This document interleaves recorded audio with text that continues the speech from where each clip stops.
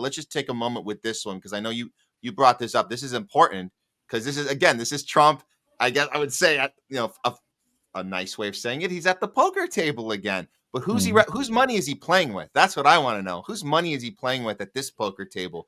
Because he says South Africa is confiscating land and treating certain classes of people very badly. It is a bad situation that the radical left media doesn't want to so much as mention.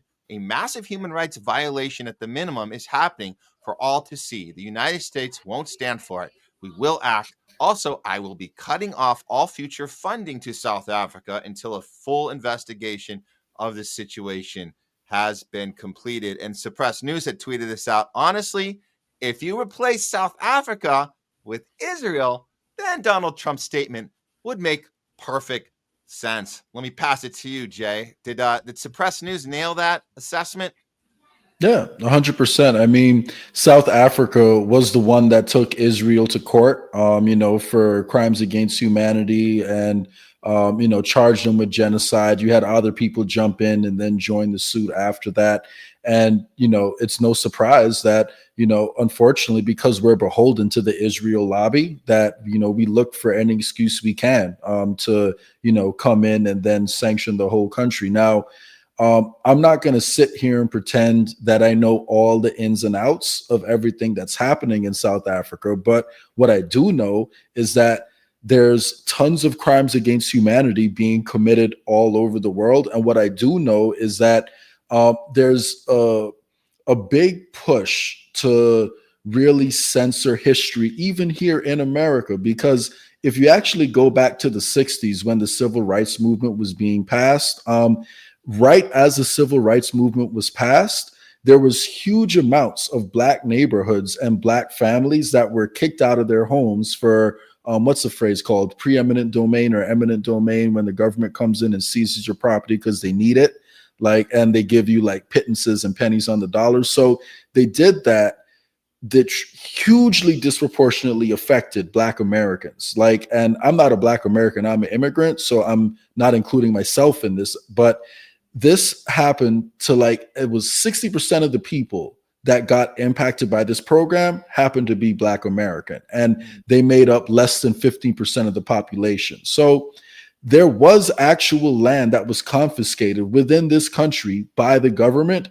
And now if people bring that up nowadays, you instantly get hit with the label CRT, or, you're pushing DEI or something like that, when you're actually just trying to talk about history and discuss what ramifications that might have on the world today. So if you're so concerned about people's land being taken away and you want to put America first, why not talk about what's happened in recent history here too, or at least hear out the people who are trying to call attention to this issue? So I don't know all the ins and outs of what's happening in South Africa, or if they're handling the situation right. What I do know is I have seen some calls for violence, in South Africa against people because of the color of their skin, and that's wrong. Regardless, I don't care what the situation is. Violence, is not the answer in that situation. Now, that being said, a huge chunk of the resources are being controlled by a small group of people who benefited a whole lot from colonialism. And so people are very upset about that. So the solution to that isn't to call for violence against those people.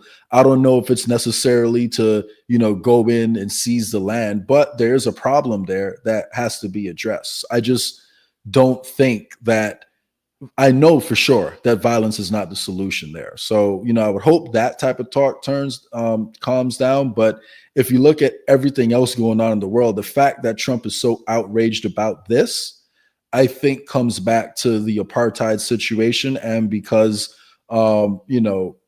he's looking to essentially appease the Israel lobby. So that's what I think. That's why I think he's so focused on that. Of course he is. And this is not his Mhm. outrage. This is he's being instructed by this. We know that Mhm. Netanyahu has arrived in DC. He's here now. He's here now. We know that there's some protesters ready to go. We're going to talk about that later in the show. We got Code Pink on standby, ready to go at him. So good job on Code Pink for being there and the others that are showing up. because this is the same thing, right? He gets that standing ovation. It doesn't matter if it's Biden or Harris or Obama or Trump, it's the same standing ovation. And it looks to me like this tweet went out perfectly timed, because as he's doing the poker game, as we call it, with Mexico and Canada and China, Netanyahu just says, "Hey, let's just get this in there." And may not have come directly from his mouth, but like you said, the AIPAC, the lobbyists, they knew the timing was brilliant, because Trump's already putting out these little threats all over the world. Can you just stick one more in there so we can teach South Africa a lesson? How dare you bring Israel to the International Criminal Court for crimes against humanity? We will teach you an effing lesson. And Trump just said, "Okay, I'll put it out there." And he ends it, and you see that how he ends it with, "We're gonna get a full investigation." I'm like, really? I wonder who's gonna conduct that investigation. That sounds it. I want to know that. So I want to follow up on that one. Who's doing this investigation? And really quick, I don't know if you heard the response from some of the politicians over there, and I don't think it was the president that said this, but essentially, they're saying, okay, well, we're going to hold on to our minerals and our natural resources over here. And they are actually one of the most resource-rich countries in the world. So I'd be interested to see how far this goes and how much longer it keeps up. Because if you try to cut off China, if you're going into a trade war with China,